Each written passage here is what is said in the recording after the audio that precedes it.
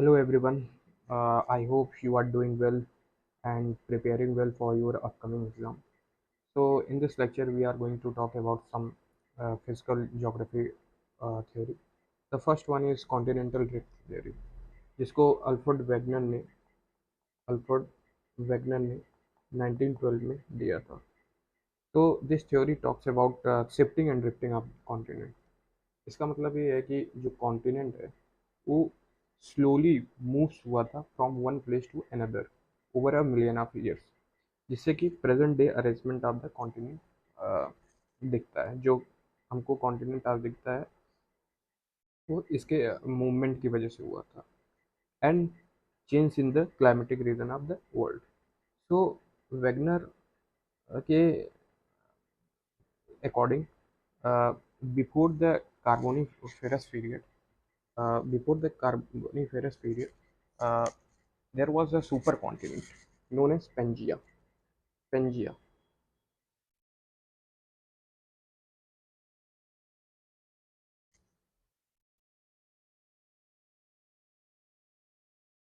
Pangaea, which was surrounded by by super ocean known as Panthalassa, जिसे हम panthalassa कहते थे. तो सुपर कॉन्टिनेंट को हम लोग क्या कहते थे?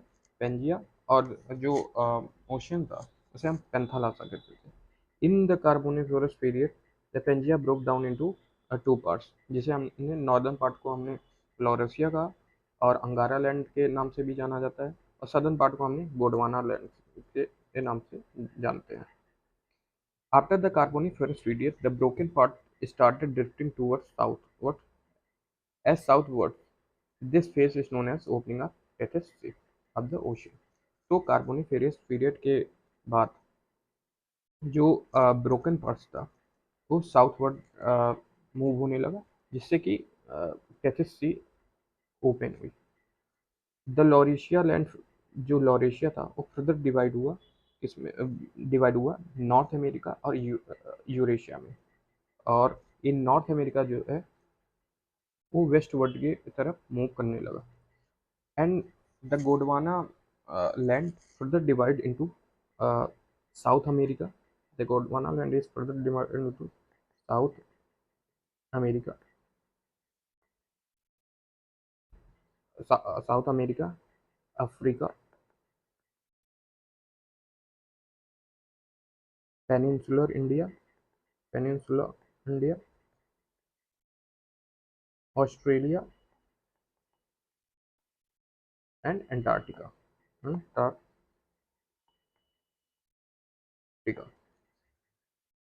So Gondwana land is further divided into South America, Africa, Peninsular India, Australia, and Antarctica. So the drifting of both the America westward resulted into the opening of S-shaped Atlantic Ocean. तो जो America था, north America and south America, both were move westward, जिससे कि S shaped ocean का origin हुआ, जिसे हम आज अटलांटिक ओशियन के नाम से जानते हैं. The northward drifting of India and Africa reduce the Tethys sea. तो नॉर्थ जो गोडवाना लैंड जब ब्रेक हुआ तो इंडियन एंड अफ्रीकन प्लेट्स जो हैं वो नॉर्थ वर्ड की तरफ मूव होना चालू कर दी, जिससे कि टेथिस सी जो है वो रिड्यूस होना चालू हो गया. प्रेजेंट डे जिसे हम मेडिटेरेनियन सी के नाम से जानते हैं. And also open present day Indian ocean. तो this theory also according to this theory, uh, according to Wagner, while drifting the edge of a continent due to friction and resistance when folded to form mountains such as Rockies and Andes.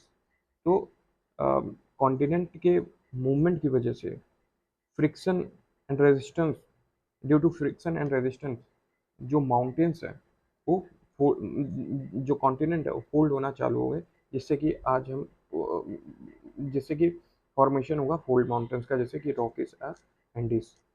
According to him, island and arcs recovered a mountain were formed due to the differential and unequal rate of movement. Some parts were left behind, uh, giving rise to Iceland arcs. तो unequal rate of movement, differential rate of movement की वजह से तो कुछ parts जो है वो left छूट गए, जिससे कि आइसलैंड आर्क्स जिससे कि फॉर्म हुआ. The original Panthalassa existed in size to form a present day Pacific Ocean. तो ओरिजिनल पेंथालासा जो है वो अ, आज हम उसे पैसिफिक ओशियन के नाम से जानते हैं. तो इस थ्योरी का कुछ क्रिटिसिज्म भी था. कुछ क्रिटिसिज्म था. पहला जो क्रिटिसिज्म था, he cannot explain the forces responsible for drift because the tidal force cannot be so strong and therefore the forces cannot be responsible for shifting and drifting of the continent. दूसरा ये था, he could not explain the trigger mechanism. क्या trigger mechanism था कि जिससे कि Pangaea Carboniferous period में टूट गया. दूसरा, he could not explain the sequence of the breaking and drifting of the continent. And there were a lot of Wegener's theory errors in Wegener's theory regarding the formation of the mountains and archstasis. So he also इन्होंने कुछ evidence भी दिया था जो कि आज support करती हैं कॉन्टिनेंटल ड्रिफ्ट थ्योरी को. पहला जो एविडेंस है जिक्सॉ फिटिंग. तो जो साउथ अमेरिका का कोस्ट है एंड अफ्रीका कोस्ट है वो आपस में फिट होते हैं, तो इसे हम जिक्सॉ फिटिंग कहते हैं. जिक्सॉ फिटिंग कहते हैं. सिमिलरली ये जो the rock of same age types are found across the Atlantic, Ireland and Scandinavian country. The mountain of Appalachians जो है नॉर्थ अमेरिका का, और जो स्कॉटलैंड आयरलैंड स्कैंडिनेवियन है वो सिमिलर है. तो इसका मतलब ये है कि भाई कभी वो एक रहे होंगे. दूसरा जो है distribution of gold deposit. Huge gold deposit पाए जाते हैं वेस्टर्न अफ्रीका स्पेशली घाना. जो बट लेकिन जो गोल्ड बियरिंग रॉक्स हैं वो साउथ अमेरिका में पाए जाते हैं. Behaviour of animal. चौथा एविडेंस ये कि जो अभी एनिमल्स हैं अफ्रीका और यूरोप में, अभी भी उनमें टेंडेंसी है कि वेस्टवर्ड मूवमेंट होने का, specially lemmings of Scandinavians. Levin migrate westward whenever their population increase, but they fall into the sea of the coast. Distribution of fossils. Many fossils of flora and fauna are found in Brazil, Africa and peninsular India. जिससे कि ये पता चलता है कि ये सारे continent जो हैं ये आपस में कभी एक रहे होंगे. एंड इसके बाद हम इसमें जानेंगे कुछ बेसिक एजम्पशंस इस थ्योरी की. सबसे पहला ये assumption था जो कि sial floating on sima. Sial floating on means silicon, sial and aluminium.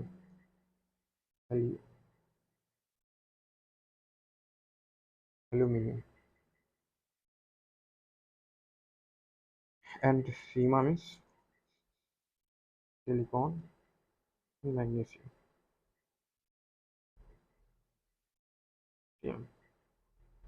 तो सियाल में जो है सिलिकॉन और एल्यूमिनियम जो है कॉन्टिनेंटल पे पाए जाते हैं, कॉन्टिनेंटल क्रस्ट जो है. और दूसरा silicon and magnesium oceanic crust पे. दूसरा द फोर्सेस रिस्पॉन्सिबल जो है वो टाइडल फोर्स हैं, जो कि ग्रेविटेशनल फोर्स लगता है सन एंड मून का for westward movement of the continent. दूसरा है gravitational force and force of buoyancy for southward movement of the continent. Gravitational force and force of buoyancy for westward movement of the continent.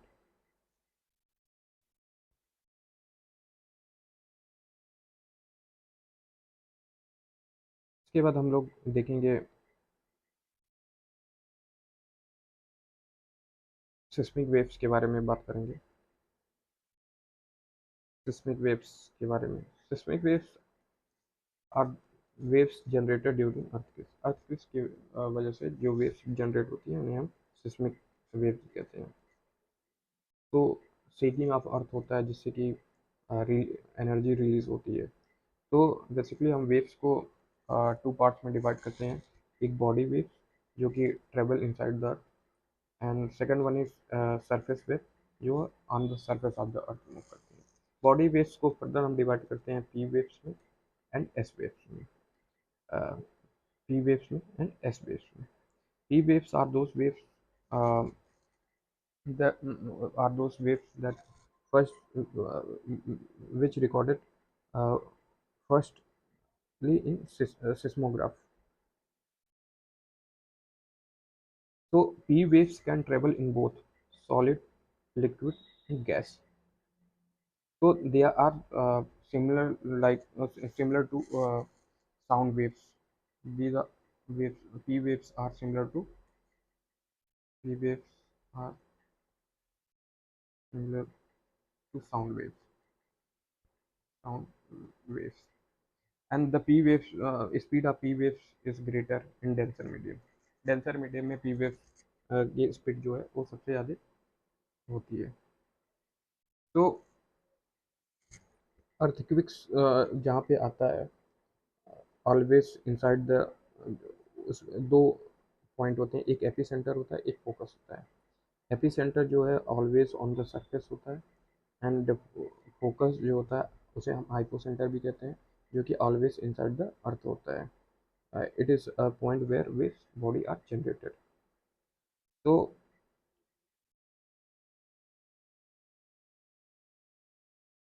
P waves जो है, waves जो है वो under को compression and reflection reflection के की तरह होते हैं। P waves under go compression reflection, other words they will push and pull the particles causing deformation of the rock, stretch and squeeze. These rocks move parallel to the direction of the wave propulsion. ये P waves जो है तो हमेशा parallel होते हैं किसके, wave के। Secondary way and P waves जो है फास्ट सबसे फास्टेस्ट होते हैं, बट जो है इनकी इंटेंसिटी होती है वो बहुत लीस्ट होती है। S S wave they travel with the half of the speed of P waves and it calls secondary waves इसको कहते हैं। S waves the particle moves ups and down that is the perpendicular to the direction of the waves.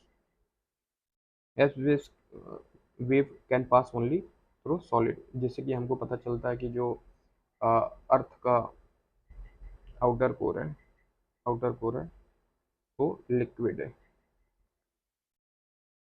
तो तो S wave जो है slow और waves then P waves. तो हम डिफरेंसेस के बारे में जान लेते हैं पी वेव्स और एस वेव्स के। तो पी वेव्स प्राइमरी वेव्स कहते हैं और एस वेव जो है सेकेंडरी वेव्स कहते हैं। इसमें जो डायरेक्शन ऑफ पार्टिकल मूवमेंट होता है वो पैरेलल होता है to the direction of the wave, और जो एस वेव में होता है वो परपेंडिकुलर होता है। They are faster but least intensity होती है, और इनकी जो स्पीड होती है वो पी वेव से कम होती है। They can pass through solid, liquid and gas.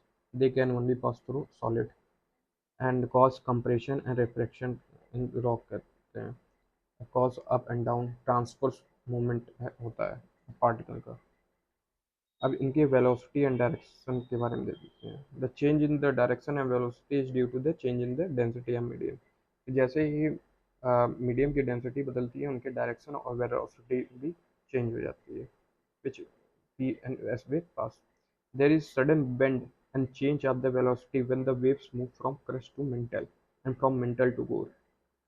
जैसे ही वेव्स जो है पास होती हैं crest to mantle, तो वेलोसिटी में भी चेंज आता है उनके, और जैसे ही मेंटल टू कोर तो वो वेलोसिटी भी चेंज होता है और बेंडिंग भी होती है।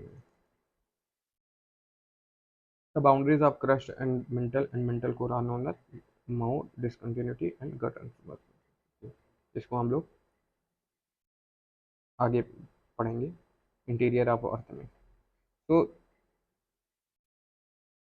हमने देखा सेस्मिक वेव्स के बारे में। दूसरी जो थ्योरी हम लोग इसमें बात करेंगे वो आर्थर होल्मस की है, कन्वेंशनल करंट की थ्योरी है। कन्वेंशनल करंट बेसिकली बात करता है कन्वर्जेंस एंड डाइवर्जेंस के बारे में due to the hot molten magma. तो the hot the hot conventional current are generated inside the earth due to the presence of molten material and very high temperature. तो very जो lava होते हैं वो बहुत ही high due to high temperature की वजह से मेल्ट हो जाते हैं. And this convection current may converge and diverge, giving rise to convergence and divergence of the landmass. Convectional current theory does explain why the continental land mass as well as oceanic crust move or drift. तो convectional current theory मुझे हमें बताती है कि क्यों जो continental land mass है और ओशियनिक क्रस्ट है वो मूव्स होती हैं, कन्वर्ज होती हैं, डाइवर्ज होती हैं. आगे हम प्लेट टेक्टोनिक्स में इसको पढ़ेंगे. तो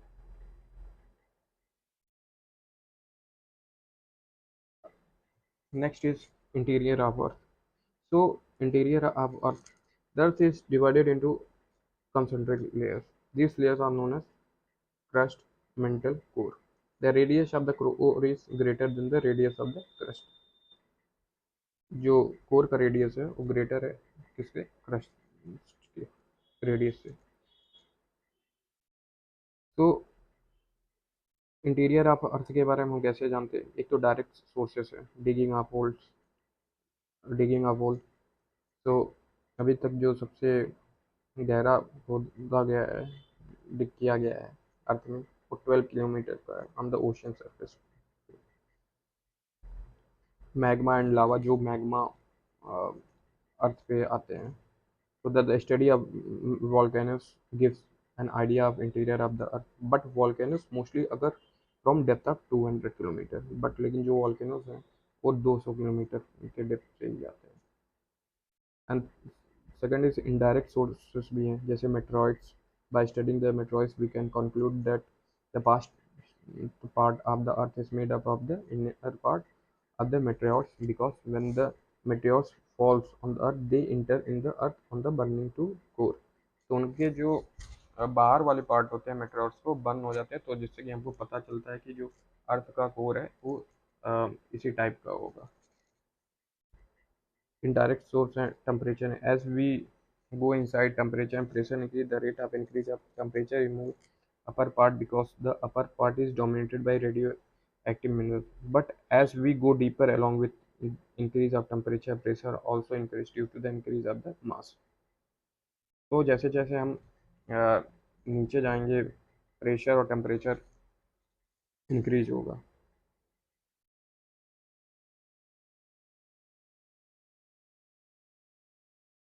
So these are the summary.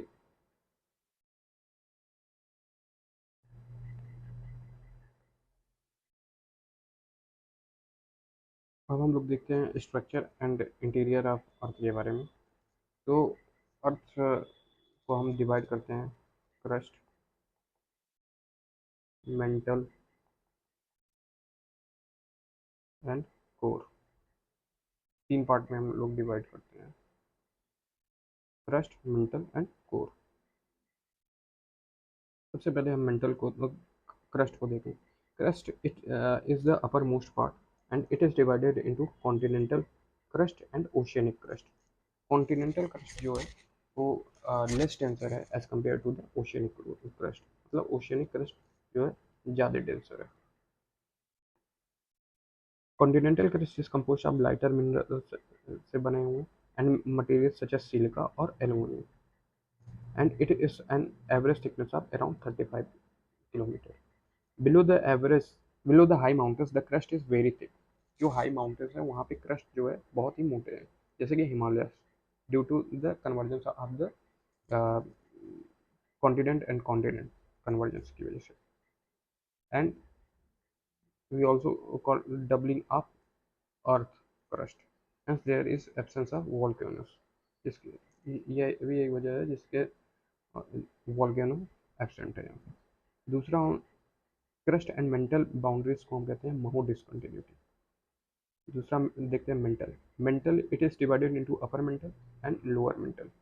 The uppermost part of upper mantle and crust is known as lithosphere हम कहते हैं इसे. uppermost part of upper mantle and crust को हम lithosphere कहते हैं, जो कि solid state में है. The lithosphere is overlaid by a layer of slightly weak rock called ethnosphere. The top 200 kilometer is the zone of weak rock known as ethnosphere. जो एथनोस्फेयर है इसे हम the zone of weak rock भी कहते हैं. And जो top 200 kilometre है, it is the it is the same अब मैग्मा और lava. As per the plate tectonic theory, lithospheric plate slides on the ethnosphere. Lithospheric plate जो है वो स्लाइड्स हो रहे हैं किसके ऊपर? एथनोस्फेयर के ऊपर. The lower mantle is of high density in solid state, which is made up by the velocity of P and S waves. जो लोअर मेंटल है वो हाई डेंसिटी की है सॉलिड स्टेट में. तो इसमें की पॉइंट कुछ है. क्रस्ट जो है कॉन्टिनेंटल क्रस्ट 30 से 30 to 70 किलोमीटर ठीक है, सिलिकॉन और एल्यूमिनियम. ओशनिक क्रस्ट जो है 5 to 10 किलोमीटर ठीक है, silicon magnesium and iron. Below high mountains very thick से जैसे हिमालय. माउंट डिस्कंटिन्यूटी क्रस्ट और मेंटल के बाउंड्रीज को हम माउंट डिस्कंटिन्यूटी से जानते हैं. मेंटल अपर मेंटल क्रस्ट को हम लिथोस्फेयर कहते हैं. एथनोस्फेयर वो एरिया है जहाँ पे 0 से 200 किलोमीटर को हम एथनोस्फेयर कहते हैं, जहाँ से मैग्मा आता है. Lower mental high density solid state. Crust is mostly compose of silicon aluminium.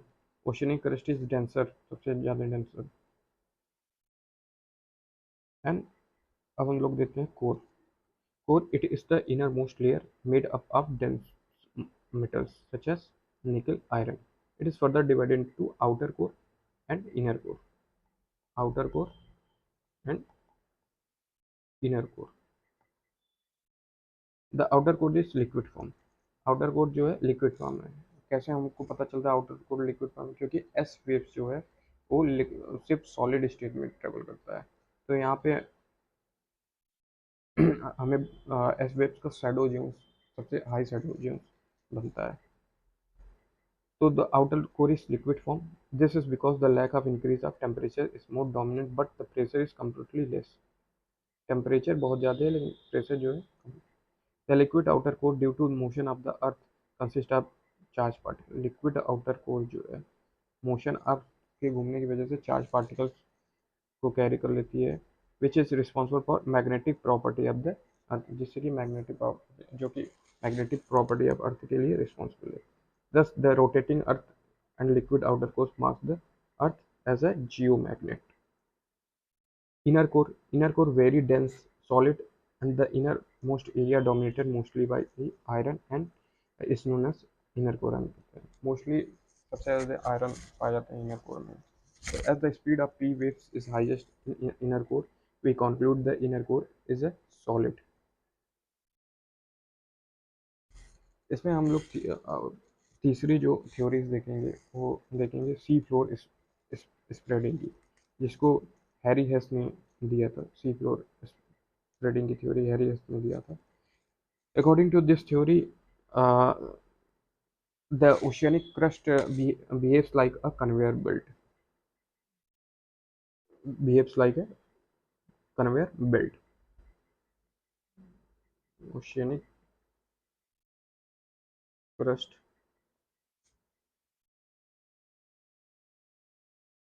conveyor belt की तरह काम कर रहे हैं. So it was given by the Harry S. According to seafloor spreading theory, the ocean flows on the oceanic crust behaves the convection cell under it in continuous circulation along with the mid-oceanic ridge, while it destroy along with the trenches. So due to the rising limbs of conventional crust की वजह से oceanic crust जो है वो break होता है और जो लावा है कंटिन्यूसली बनता है मिड ओशियनिक, जिसे हम मिड ओशियनिक रिजेस कहते हैं.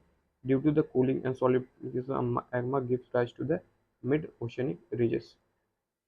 As the sea floor ground As sea floor ground, new ridges are created along the divergent boundary, while the old ridges जो होती हैं they are denude to become a part of oceanic crust. जो old ridges होती हैं वो denude हो जाती हैं और वो part हो जाती हैं oceanic crust में. The junction of continental crust and uh, oceanic crust being denser, subduct goes below, forming trenches. This oceanic crust then destroy and becomes a part of magma. तो जो ओशनिक क्रस्ट है वो denser है तो सबडेक्ट होती है किसमें कॉन्टिनेंटल क्रस्ट में एंड ट्रेंचेस फॉर्म करती है तो जो